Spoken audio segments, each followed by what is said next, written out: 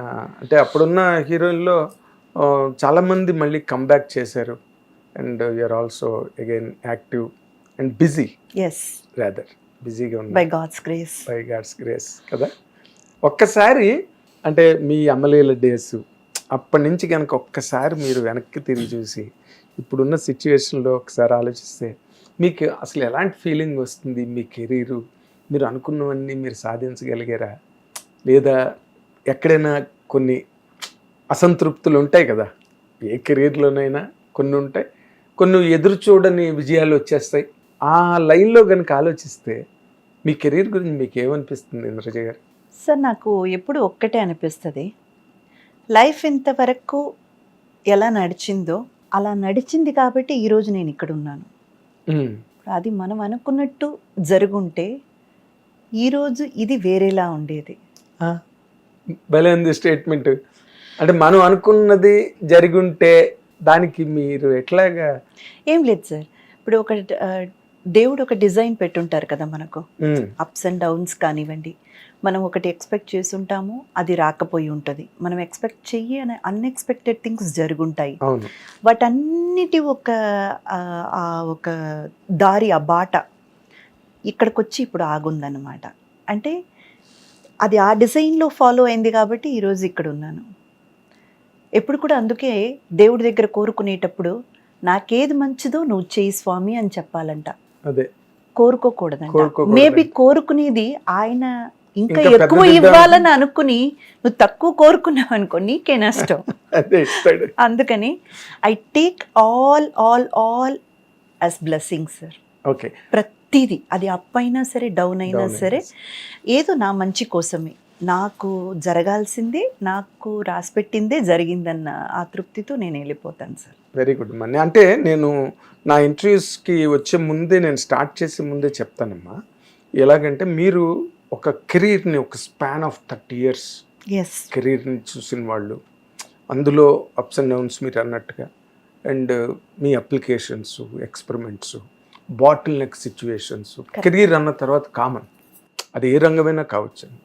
అందులో మీరు ఎట్లాంటి సిచ్యువేషన్స్ ఎట్లాగో ఓవర్కమ్ అయ్యారు to be successful in career or to be with your own self?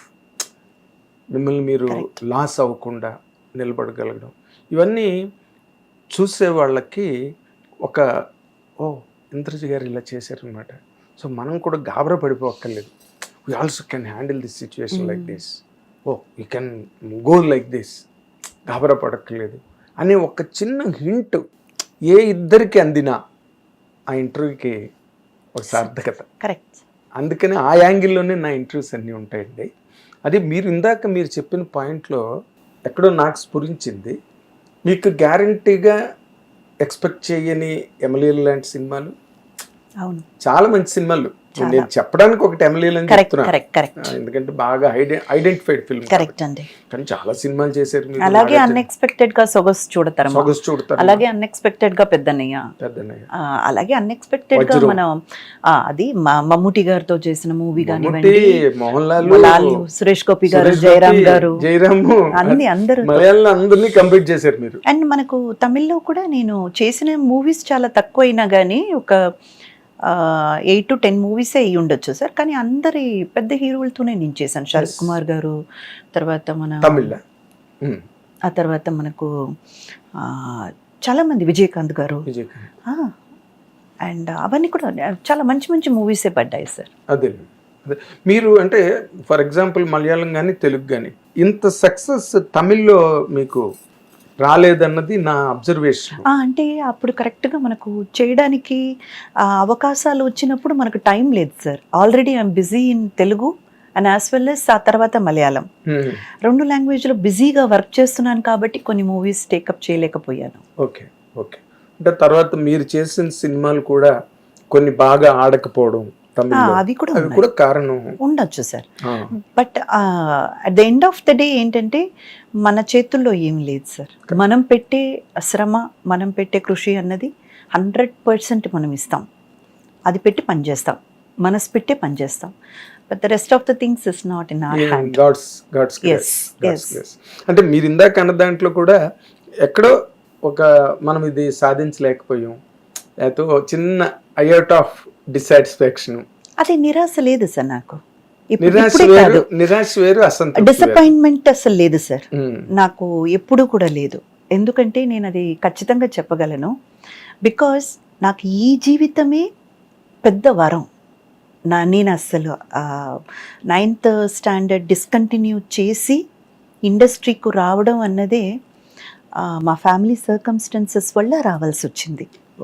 So ఇంకా భగవంతుడు ఆ బాధ్యత నాకు అప్పచెప్పాడు కాబట్టి నేను రావాల్సి వచ్చింది. సో నా prime motto and prime aim ఎప్పుడు కూడా ఏంటంటే, నా తర్వాత 2 చెల్లెళ్ళు ఉన్నారు, నేనే పెద్దదాన్ని. అమ్మ వాళ్ళు నాకు ఊహ తెలిసినప్పటి నుంచి కార్డియాక్ పేషెంట్. ఆవిడకి హార్ట్ ప్రాబ్లం ఉండేది, వాల్వ్ రీప్లేస్మెంట్ చేశాము. తర్వాత పాపం చాలా కష్టపడ్డారు అమ్మని చూసుకోవడం కోసం, మమ్మల్ని అంతా చూసుకోవడం కోసం నాన్న వర్క్ రిజైన్ చేసేసారు. వాలంటరీ రిజైన్మెంట్ తీసుకున్నారు డాడీ. సో ఇంట్లో ఉండి అమ్మని చూసుకోవాలి, డాక్టర్ దగ్గరికి తీసుకెళ్ళాలి, తిరిగి రావాలి, పిల్లలకి ఇంకా చెప్పాలంటే వంట పని కూడా మా నాన్నగారు తీసుకున్నారు. అమ్మ పొయ్యి దగ్గర నిలవడం కష్టం, ఆ పొగ తీసుకోవడం కానీ, లేకపోతే చాలా ఎక్కువసేపు నిలబడినా కానీ అమ్మకి చాలా ప్రమాదం అన్నమాట. అందుకని ఆ బాధ్యతలన్నీ కూడా నాన్న తీసుకున్నారు. అమ్మేమో బెడ్ రిడ్డన్ అని చెప్పలేము, but to an extent only తను మొబిలిటీ అనేది చాలా రిస్ట్రిక్ట్ అయిపోయింది. అండ్ మేము ముగ్గురం, మాకు పెద్దగా బంధువుల సపోర్టు అలాంటిదంతా ఏమీ లేదు. సో అలాంటి ఒక సిచ్యువేషన్లో ఫ్యామిలీని రన్ చేయాలన్న ఆ ఒక టైంలో నాకు అవకాశం రావడం, నేను ఇండస్ట్రీకి రావడం. సో సంపాదన అనేది భగవంతుడు నా భుజాల మీద వేయడం. సో నాకు సంబంధించినంత వరకు ఏంటంటే సార్, నేను చేసే వర్క్ మనసు కాదు ప్రాణం పెట్టి చేస్తాను, అంతే అంతవరకే. నాకు ఫలితాలతో కానివ్వండి, లేకపోతే నేను ఫస్ట్లో ఉన్నానా, నంబర్ 1లో ఉన్నానా, సెకండ్లో ఉన్నానా, అవన్నీ ఏవి నా మైండ్లో లేదు సార్. నాకు మా ఫ్యామిలీ మంచిగా గడవాలి, నా చెల్లెలు బాగా చదవాలి, వాళ్ళకి మంచి జరగాలి, అమ్మ వాళ్ళ ట్రీట్మెంట్కి మన దగ్గర డబ్బులు ఉండాలి. సో ఓన్లీ ఎర్నింగ్ పర్పస్ కానీ నేను చూశాను కాబట్టి నాకు ఇవేవి మైండ్లో లేదు సార్. నాకు డిసప్పాయింట్మెంట్ అనేది 0.01% కూడా లేదు సార్. ఎందుకంటే నాకు ఈ లైఫే బ్లెస్సింగ్. ఇఫ్ నాట్, నేను ఆర్టిస్ట్ అవ్వకపోతే, నాకు ఇంత ఇన్కమ్ రాకపోతే, నా ఫ్యామిలీని నేను ఎలా నేనేం చేయగలను, నా ఫ్యామిలీని నేను ఎలా కాపాడుకోగలను, చేయలేను కదా. ఆ విధంగా దేవుడు నాకు ఎంత పెద్ద వరం ఇచ్చారు సార్. ఈ లైఫ్ నాకు బ్లెస్సింగ్, భగవంతుడు ఇచ్చిన బ్లెస్సింగ్. సో నాకు రిగ్రెట్స్ అనేవి కానీ, డిసప్పాయింట్మెంట్స్ అనేవి కానీ అస్సలు లేదు సార్, 1% కూడా లేదు. గ్రేట్ అమ్మా, గ్రేట్.